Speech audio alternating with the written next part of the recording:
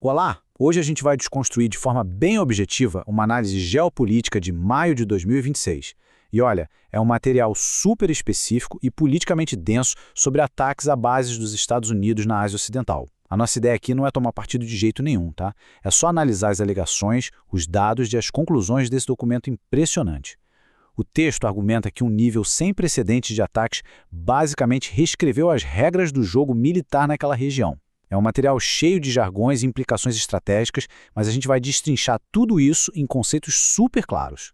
Bom, vamos mergulhar nisso. O nosso roteiro temático vai passar por 5 pontos centrais para desconstruir essa análise complexa da fonte. Primeiro, uma nova doutrina para a Ásia Ocidental. Segundo, a falha na proteção da força. Terceiro, as táticas de supressão centradas em redes. Em quarto, tecnologias e direcionamento avançados. E, por fim, os custos da reconstrução.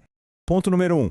Uma nova doutrina para a Ásia Ocidental, repensando a ordem militar regional. A tese central do material é que a ordem militar estabelecida em Washington sofreu uma ruptura simplesmente irreversível.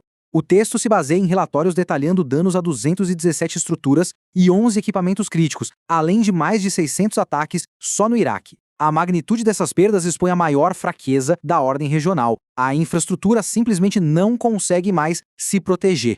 E o argumento é bem contundente. O artigo sugere que essas bases talvez nunca mais sejam reconstruídas, porque agora elas estão totalmente expostas dentro de um envelope de ataque já comprovado. As fortalezas viraram alvos vulneráveis.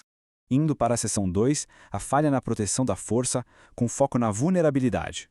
Aqui entra um conceito vital. A proteção da força não é só uma palavra da moda, é uma doutrina militar oficial. São ações que previnem ou mitigam ataques contra pessoal, recursos, instalações e informações críticas. Essa diretriz foca totalmente em salvar vidas, tanto dentro quanto fora das bases. Na prática, a ideia é criar uma espécie de perímetro tridimensional ao redor das operações. Mas, segundo a análise, essa bolha espacial de segurança, ela simplesmente deixou de existir. O artigo relata um cenário assustador. Para tentar proteger as pessoas, o comando militar supostamente transferiu as tropas para hotéis fora das bases, em locais como os Emirados Árabes Unidos, Iraque, Kuwait e Bahrein. Só que o relatório afirma que essa tática não adiantou nada. Drones kamikazes rastrearam esses agentes até os hotéis, fazendo entregas que o texto descreve quase como um serviço de quarto. É um colapso crítico e arrepiante na proteção do pessoal. Seção 3. Táticas de supressão centradas em redes, ou seja, cegando o escudo. E isso ilustra brilhantemente a mudança de paradigma descrita na fonte.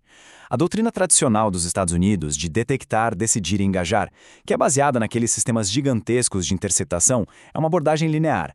Já a tática adversária relatada usa uma campanha de saturação em múltiplas camadas. A gente está falando de misturar guerra eletrônica com enxames de drones e mísseis balísticos e de cruzeiro. Essa abordagem descentralizada sobrecarregou e esmagou completamente as defesas. É basicamente cegar o escudo antes mesmo de tentar quebrar ele. E essa estratégia de supressão aconteceu em 3 passos milimetricamente sequenciados. Passo 1, cegar a região destruindo os radares de alerta precoce. Porque sem esses radares, os mísseis interceptadores viram peso de papel. Passo 2, ignorar completamente os alvos falsos, as famosas iscas, usando inteligência de sinais. E o passo 3, com caminho livre, focar em alvos dinâmicos de alto valor, como os aviões radar.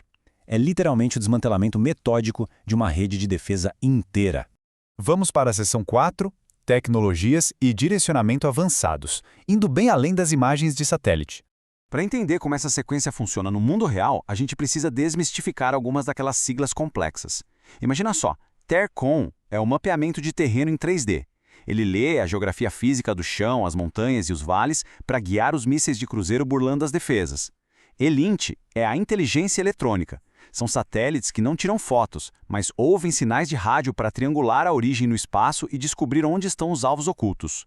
E os AVACS são aqueles famosos aviões radar que funcionam como verdadeiros centros de comando voadores. Agora, o que é realmente interessante neste slide é como ele detalha a neutralização de cada um desses ativos multibilionários. O radar gigante lá no Catar, por exemplo, caiu naquela onda inicial para cegar o sistema.